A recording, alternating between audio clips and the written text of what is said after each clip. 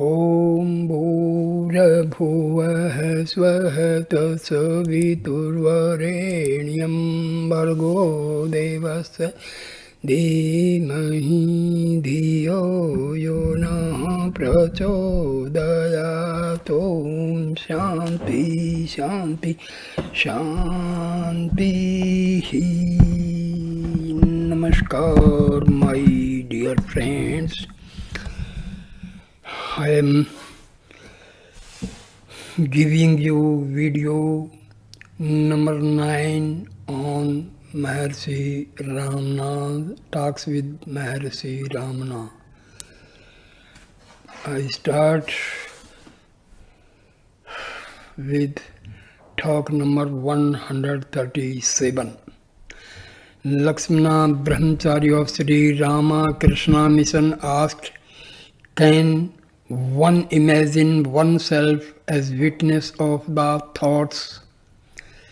Maharshi, it is not the natural state, it is only an idea, bhavana, an aid to stilling the mind. The self is ever the witness, whether so imagined or not. There is no need to so imagine except for that purpose. But it is best to remain as one's self. Talk 138. The financial secretary of Mysore asked, is Paul Brunton's secret path useful for Indians as well? Maharshi, yes, for all. Devotee, the body, the senses, etc. are not I. This is common amongst us, but how to practice it? Maharshi, by the threefold method mentioned therein, devotee, is breath control necessary for enquiry? Maharshi, not quite. Devotee, there is a blankness intervening, it is said in the book. Maharshi, yes, do not stop there. See for whom the blankness appears. Devotee, for devotees there is no blankness, it is said. Maharshi, even there is the latent state laya, the mind wakes up after some time. Devotee, what is the experience of samadhi? Maharshi, it is as it is. For onlookers it may seem to be a swoon. Even to the practitioner it may appear so in the early experiences. After a few repeated experiences it will be all right. Devotee, do they soothe the nadis or do they excite them by such experiences? Maharshi, they are excited at first. By continued experience it becomes common and the man is no longer excited. Devotee, proceeding on safe lines, there should be no unpleasantness. Excitement is uncongenial to smooth being and working. Uncongenial to smooth being and working. Maharshi, a wandering mind is on the wrong way, only a devotional mind is on the right way. 19th January 1936, talk number 139. Mr. Ellappa Chettiar, a member of the Legislative Council from Salem, asked, is it enough to introvert the mind or should we meditate on I am Brahma? Maharshi, to introvert the mind is the prime thing. The Buddhists consider the flow of I thought to be liberation, whereas we say that such flow proceeds from its underlying substratum, the only reality. Why should one be meditating I am Brahma? Only the annihilation of I is liberation, but it can be gained only by keeping the I always in view. So, the need for investigation of the I thought. If the I is not let go, no blank can result to the seeker. Otherwise, meditation will end in sleep. There is only one I all along, but what arises up from time to time is the mistaken I thought, whereas the intuitive I always remains self-shining and even before it becomes manifest. Intuitive I means Atma. The birth of the gross body does not amount to one's own birth. On the other hand, the birth of the ego is one's own birth. For liberation, nothing new remains to be gained. It is the original state and continues unchanged too. Talk number 140, devotee. What is reality? Maharshi, reality must be always real. It is not with forms and names. That which underlies these is the reality.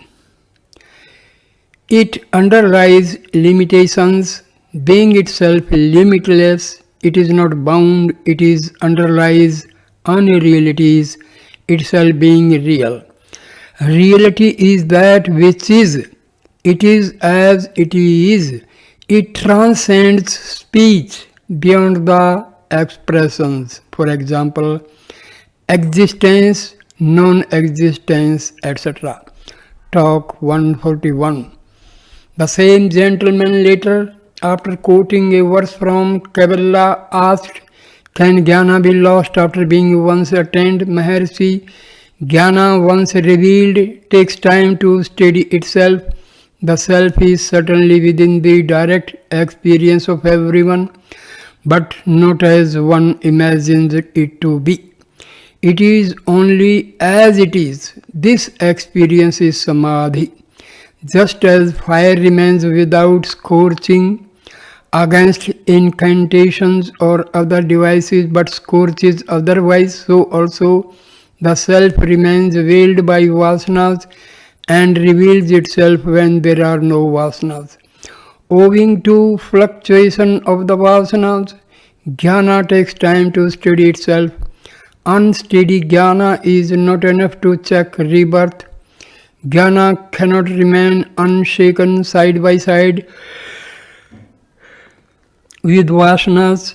True that in the proximity of great master, the vasanas will cease to be active, the mind becomes still and samadhi results, similar to fire not scorching because of other devices.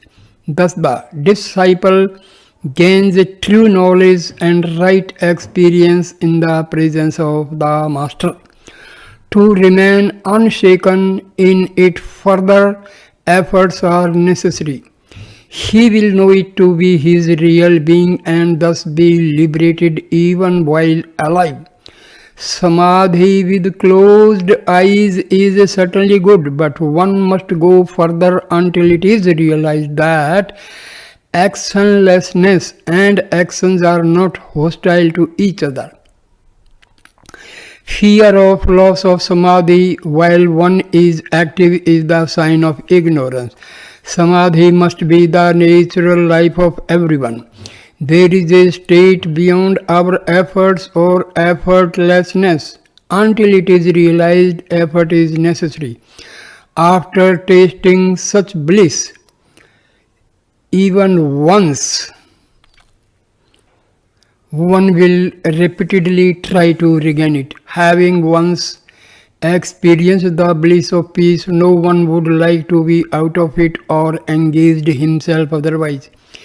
It is as difficult for a jnani to engage in thoughts as it is for an ajnani to be free from thought. The common man says that he does not know himself. He thinks many thoughts and cannot remain without thinking. Any kind of activity does not affect a jnani. His mind remains ever in eternal peace. 20th January 1936, talk number 142. Mr. Prakasa Rao from Bezawada, does not illusion become inoperative even before identity with Brahma results? Brahma Akaravirti, or does it persist even afterwards? Maharshi, Illusion will not persist after vasanas are annihilated. In the interval between the knowledge of the identity and annihilation of vasanas, there will be illusion. Devotee, how can the world influence a man even after identity with Brahma? Maharshi, first do it and see. You can then raise this question if necessary. Devotee, can we know it in the same way as we know our identity? Mercy, are you different from the mind? How do you expect it to be known? Devotee, can the full scope of the Chitta Vilasa be known? Mercy, oh, is this the identity of Brahma? Ignorance vanishing, the residue reveals itself. It is experience, not in the category of knowledge. 23rd January 1936, talk number 143. Mr. P. Brunton asked Sri Bhagwan if the hill here is hollow.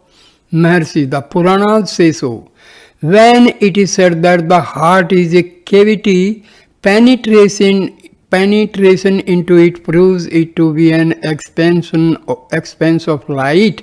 Similarly, the hill is one of light. The caves, etc., are covered up by the light. Devotee, are there caves inside? Maharshi, in visions I have seen caves, cities with streets, etc., and a whole world in it. Devotee, are there siddhas too in it? Maharshi, all the siddhas are reputed to be there. Devotee, are there only siddhas or others also? Maharshi, just like this world. Devotee, siddhas are said to be in the Himalayas. Maharshi, Kailash is on the Himalayas. It is the abode of Shiva, whereas this hill is Shiva himself. All the paraphernalia of his abode must also be where he himself is. Devotee, does Bhagwan believe that the hill is hollow, etc.? Mercy, everything depends on the viewpoint of the individual. You yourself have seen hermitages, etc. on this hill in a vision. You have described such in your book. Devotee, yes, it was on the surface of the hill. The vision was within me. Mercy, that is exactly so. Everything is within one's self. To see the world, there must be a spectator. There could be no world without the self. The self is all comprising. In fact, self is all. There is nothing besides the self. Devotee, what is the mystery of this hill? Maharshi, just as you have said in secret Egypt, the mystery of the pyramid is the mystery of the self. So also the mystery of this hill is the mystery of the self. Major Chadwick, I do not know if the self is different from the ego. Mercy, how were you in your deep sleep? Devotee, I do not know. Mercy, who does not know? Is it not the waking of self? Do you deny your existence in your deep sleep? Devotee, I was and I am, but I do not know who was in deep sleep. Maharshi, exactly. The man awake says that he did not know anything in the state of sleep. Now he sees the objects and knows that he is there. Whereas in deep sleep there were no objects, no spectator, etc. The same one who is now speaking was in deep sleep also. What is the difference between these two states? There are objects and play of senses now which were not in sleep.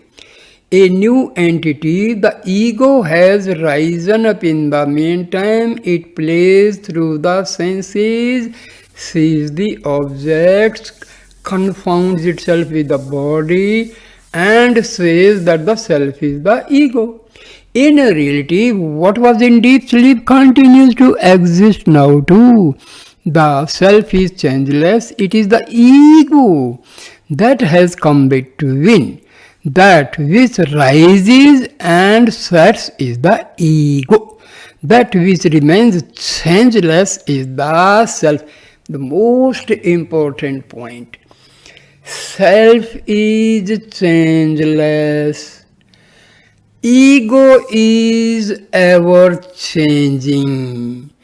So during sleep, ego was absent, self was there, self is during sleep, self is there, present during dream, self is there in the waking state.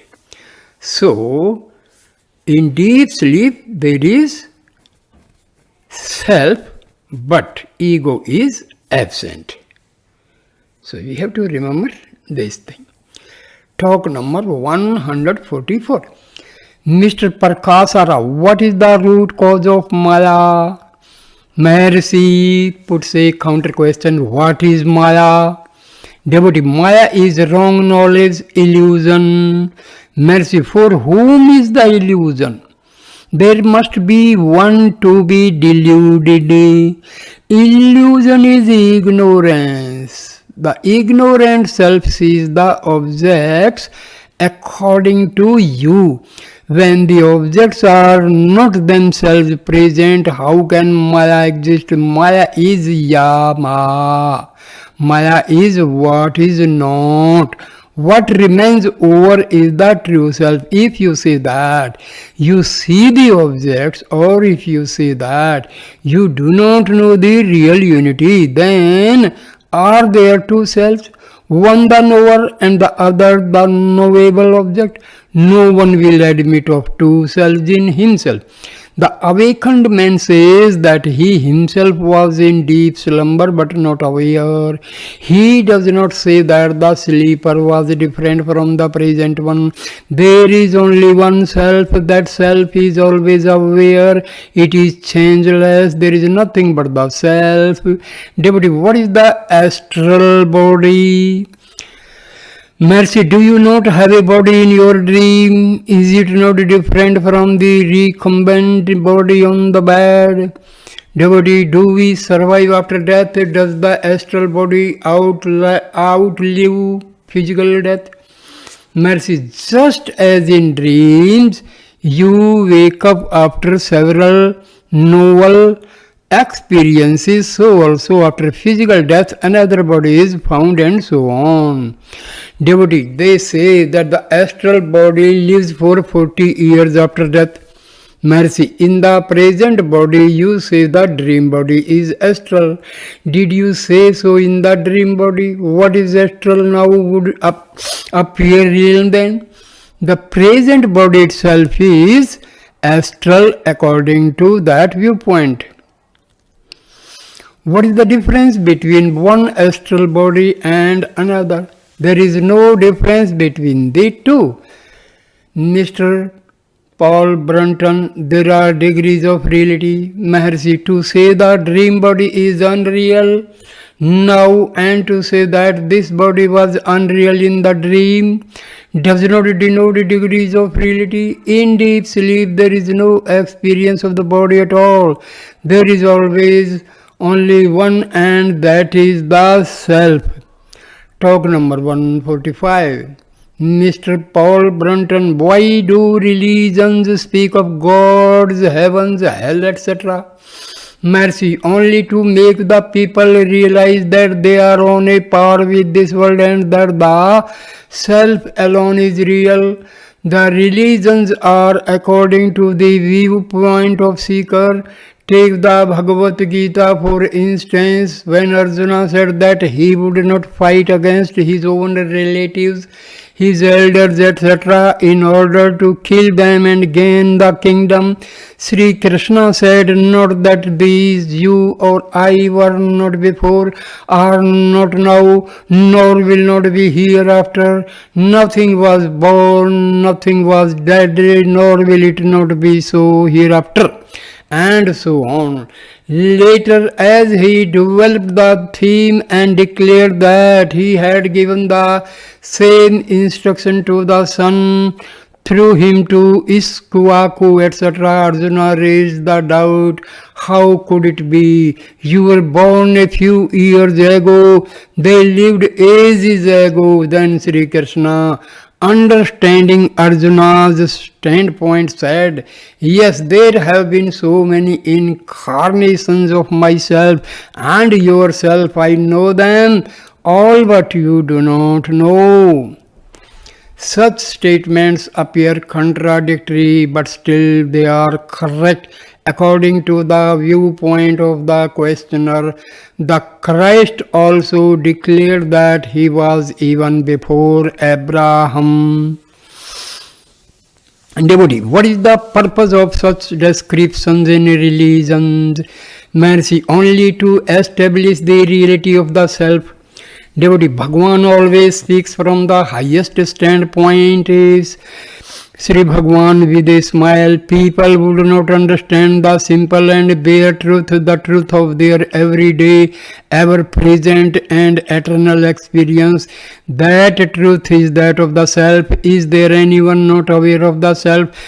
They would not even like to hear it, the self, whereas they are eager to know what lies beyond heaven, hell, reincarnation, because they love mystery and not the bare truth. Religions pamper them only to bring them round to the self, wandering hither and thither. You must return to the self only. Then why not abide in the self even here and now?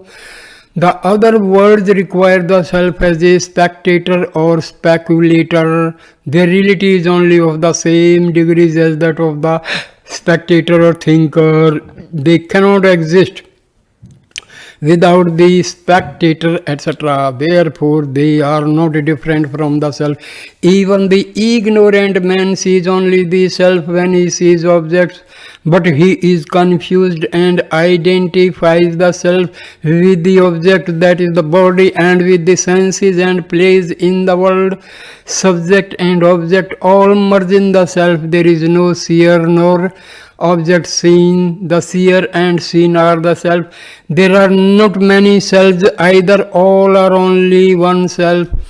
26th January 1936, talk number 146. In reply to Miss Leena Sarabhai, a cultured Indian lady of high rank, Sri Bhagwan said, "The state of equanimity is the state of bliss. The declaration in the Vedas, I am this or that, is only an aid to gain equanimity of mind." Devotee, so it is wrong to begin with a goal, is it? Maharshi, if there be a goal to be reached, it cannot be permanent. The goal must already be there. We seek to reach the goal with the ego, but the ego exists before the ego. What is in the goal is even prior to our birth, that is, to the birth of the ego. Because we exist, the ego appears to exist too. If we look on the self as the ego, then we become the ego. If as the mind, we become the mind. If as the body, we become the body. It is the thought which builds up seeds in so many ways. The shadow on the water is found to be shaking. Can anyone stop the shaking of the shadow? If it should cease to shake, you would not notice the water but only the light. Similarly, to take no notice of the ego and its activities, but see only the light behind, the ego is the I thought, the true I is the self. Devotee, it is one step to realization. Mercy, realization is already there. The state free from thoughts is the only real state. There is no such action as realization. Is there anyone who is not realizing the self? Does anyone deny his own existence? Speaking of realization, it implies two selves, the one to realize, the other to be realized. What is not already realized is sought to be realized. Once we admit our existence, how is it that we do not know ourselves?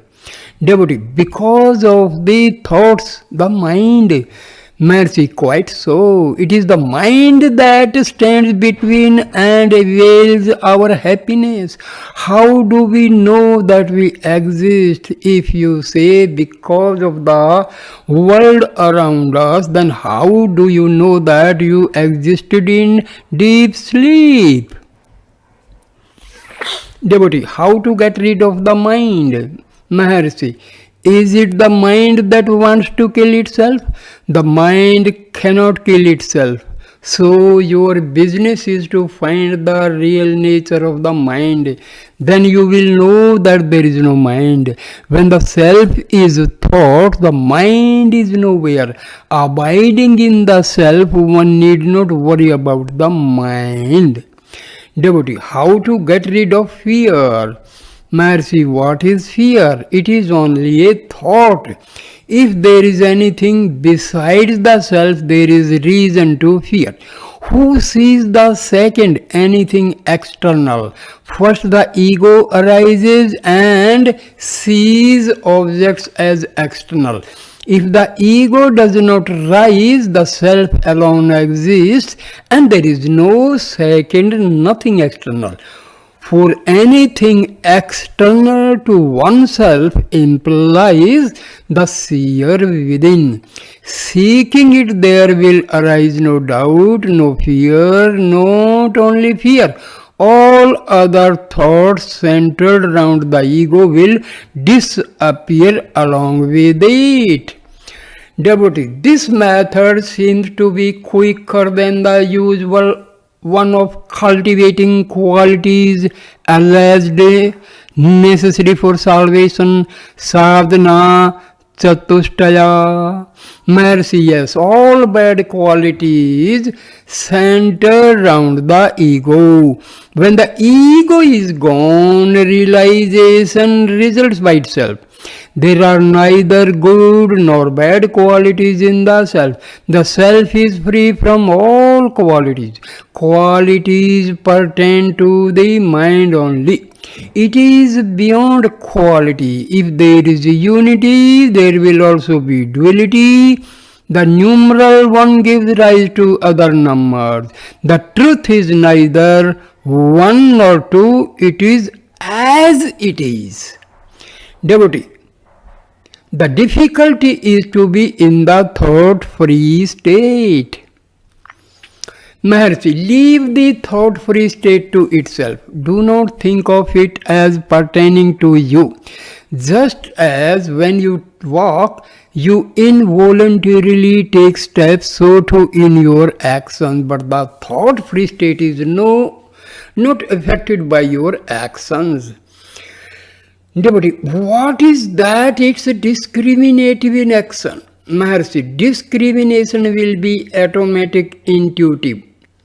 Devotee, so intuition alone matters. Intuition dwells also.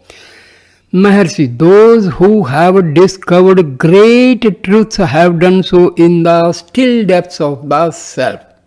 The ego is like one's shadow thrown on the ground. If one attempts to bury it, it will be foolish. The self is only one. If limited, it is the ego. If unlimited, it is infinite and is the reality. The bubbles are different from one another and numerous, but the ocean is only one. Similarly, the egos are many, whereas the self is one and only one. When told that you are not the ego, realize the reality. Why do you still identify yourself with the ego? It is like saying, don't think of the monkey while taking medicine. It is impossible. Similarly, it happens with common folk. When the reality is mentioned, why do you continue to meditate Shivoham or Aham Brahmasmi? The significance must be traced and understood. It is not enough to repeat the bare words or think of them. Reality is simply the loss of the ego. Destroy the ego by seeking its identity. Because the ego is no entity, it will automatically vanish and reality will shine forth by itself. This is the direct method. Whereas all other methods are done only retaining the ego. In those paths there arise so many doubts and the eternal question remains to be tackled finally. But in this method, the final question is the only one and it is raised from the very beginning. No sadhanas are necessary for engaging in this quest. There is no greater mystery than this, which ourselves being the reality, we seek to gain reality. We think that there is something hiding our reality and that it must be destroyed before the reality is gained. It is ridiculous. A day will dawn when you will yourself laugh at your past efforts. That which will be on the day you laugh is also here and now. Devotee, so it is a great game of pretending, Maharshi. Yes, in Yoga Vasishtha it is said, what is real is hidden from us, but what is false is revealed as true. We are actually experiencing the reality only, still we do not know it. Is it not a wonder of wonders? The quest, who am I, is the axe with which to cut off the ego. Talk number 147. In answer to a Cambridge sannyasi, Sri Bhagavan said, there are different grades of mind. Realization is of perfection. It cannot be comprehended by the mind. Sarvajnanavata, the state of all knowing, is to be Sarvam, the all. The all pertains only to the mind. The known and unknown together form the all. After transcending the mind, you remain as the self. The present knowledge is only of limitation. That knowledge is unlimited being, so it cannot be comprehended by this knowledge. Cease to be a knower, then there is perfection. 27th January 1936. Talk number 148. A Gujarati gentleman said that he was concentrating on sound nada and desired to know if the method was right. Mercy, meditation on nada is one of the several approved methods. The adherents claim a very special virtue for the method.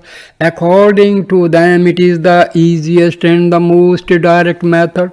Just as a child is lulled to sleep by lullabies, so nada soothes the one to the state of samadhi. Again, just as a king sends his state musicians to welcome his son on his return from a long journey, so also nada takes the devotee into the Lord's abode in a pleasing manner. Nada helps concentration.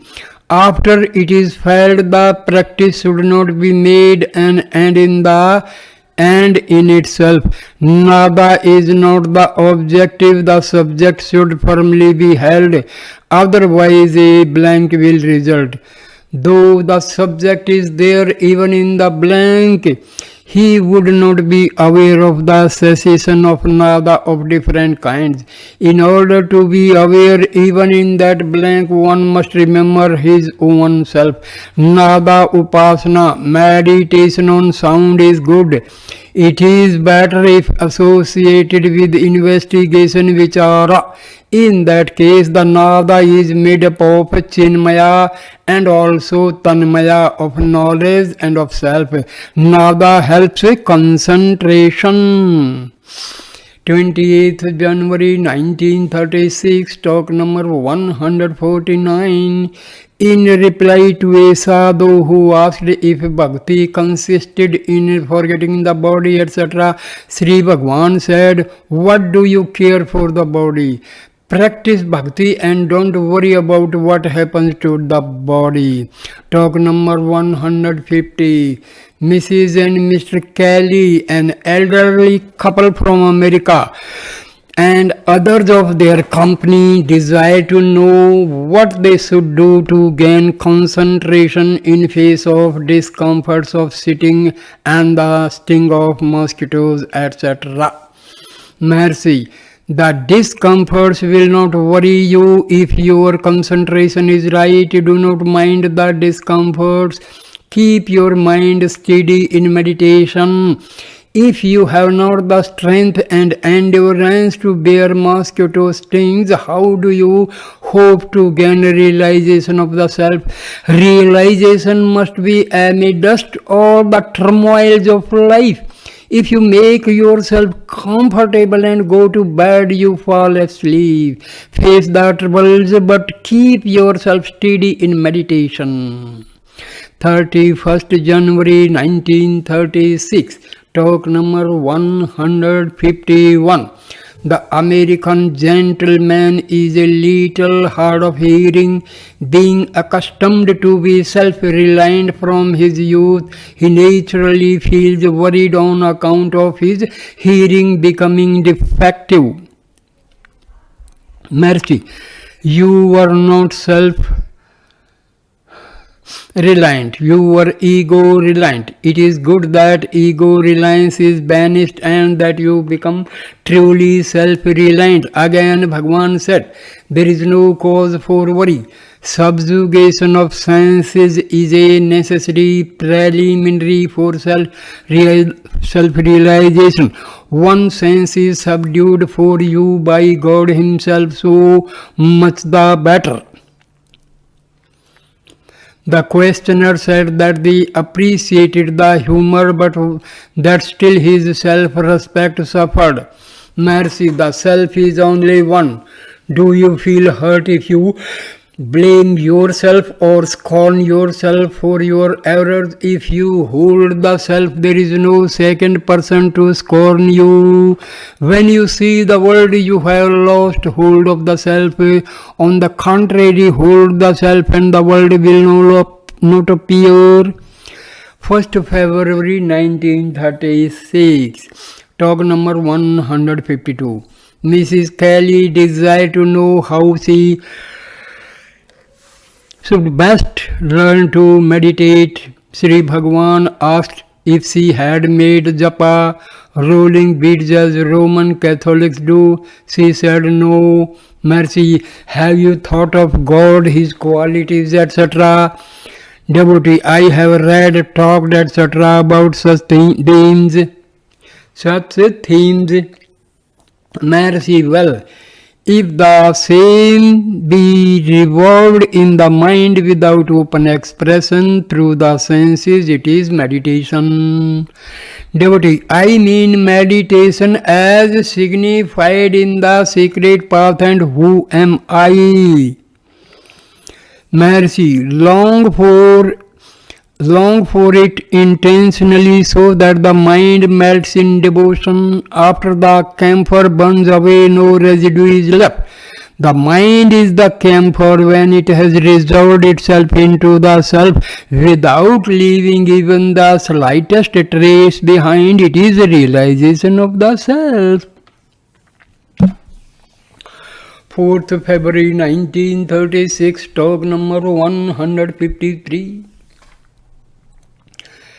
Some Peshawaris, among them a judicial commissioner and a young man well read and earnest with a strong belief in the existence of Paramatman, Supreme Self, as different from the Jivatman, individual self, raised some questions.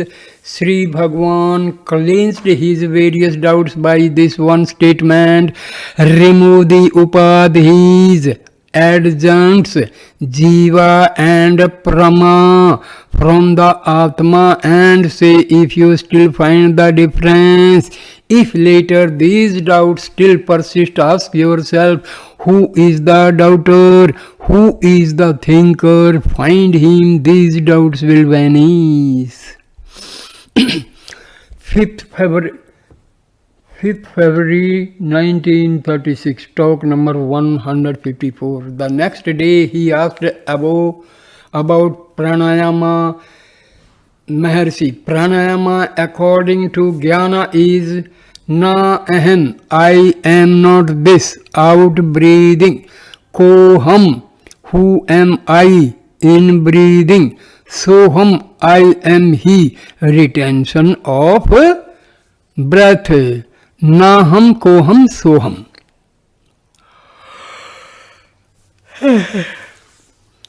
This is vichara. This vichara brings about the desired results.